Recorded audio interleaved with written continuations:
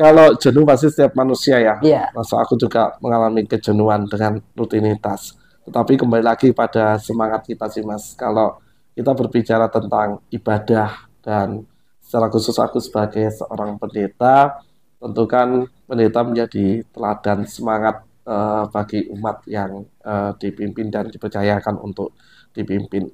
Jadi ya aku selalu menanamkan dalam diriku bahwa ibadah itu bukan sebuah rutinitas, tapi ibadah itu di sebuah perjumpaan antara aku dalam konteks personal dengan Tuhan sebagai pencipta dan pemilik kehidupanku dan seperti seorang yang sudah menikah atau seseorang yang sedang berpacaran itu kan butuh komunikasi. Iya. Nah, dengan pemahaman itu bahwa kita selalu membutuhkan komunikasi dengan Tuhan itu yang akan menolong kita untuk rindu untuk selalu dekat dengan Tuhan dalam Iya. sepanjang waktu dan itu juga bisa muncul dalam sebuah ibadah di mana ketika kita rindu ya kita selalu kapan ya segala waktunya ibadah, Jadi kapan hari waktu ibadah itu Minggu ditunggu-tunggu itu malah. jadi sesuatu yang ditunggu-tunggu Iya. dan atau kan kalau ibadah harian kemudian juga ada ya ibadah harian yang dilakukan secara personal istilahnya itu ada namanya saat teduh jadi itu waktu pribadi bersama dengan Tuhan tidak harus selalu di gereja bisa dilakukan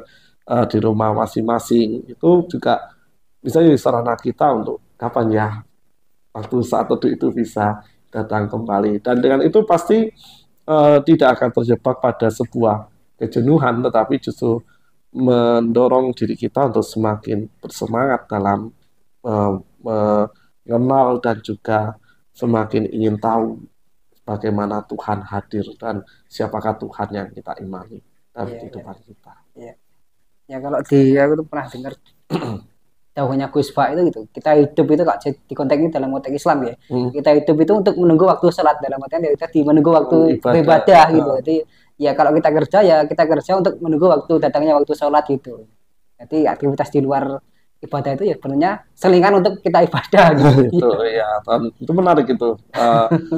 Kalau konsep semacam itu yang memang harus ditumbuhkan. Iya. Sorry ya Mas Haris.